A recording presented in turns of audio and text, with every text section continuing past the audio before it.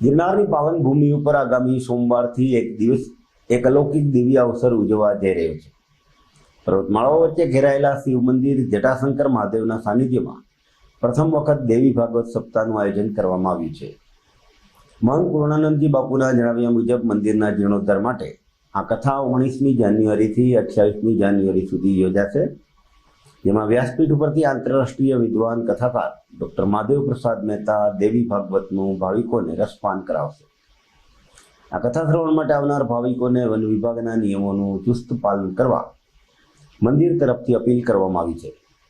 Plastic ઉપર પ્રતિબંધને કારણે પ્લાસ્ટિકની કોઈ બોટલ કે કોઈ પાઉચ લઈ જવામાં મનાઈ રહેશે.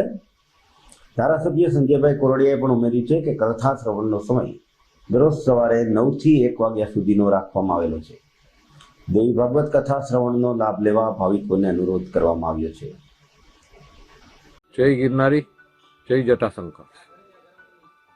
આવતી 19 તારીખથી એટલે 19 જાન્યુઆરીથી શ્રીમદ દેવી ભાગવત પારાયણનું રસપાન જટાશંકર મહાદેવના મંદિર ખાતે ગિરનારની અંદર પ્રથમ વખત થવા દઈ રહ્યું છે અને ડૉક્ટર મહાદેવ પ્રસાદજી દેવી ભાગવતનું રસપાન કરે એટલે જટાશંકર મહાદેવ ખાતે આ દેવી ભાગવતનું આયોજન થઈ રહ્યું છે. તો તમામ ધર્મપ્રેમી જનતાઓને પધારવા માટેનું જટાશંકર મહાદેવ મંદિર તરફથી આમંત્રણ છે.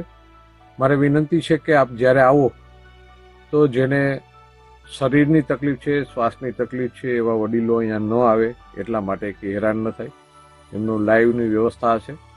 અને જે પણ લોકો આવે એ ખાસ કરીને જંગલનું રક્ષણ કરે અને જે પણ ફોરેસ્ટ ડિપાર્ટમેન્ટના નિયમો છે એ નિયમોનું આપણે ચુસ્ત પાલન કરી અને ધર્મ સાથે આપણી સંસ્કૃતિ, આપણી વિરાસતને પણ આપણે બચાવવાનું કાર્ય કરી સૌ સાથે મળી દેવી ભાગવતનું રસપાન કરી અને આપણા પર્યાવરણનું બચાવ કરી એમનું જતન કરી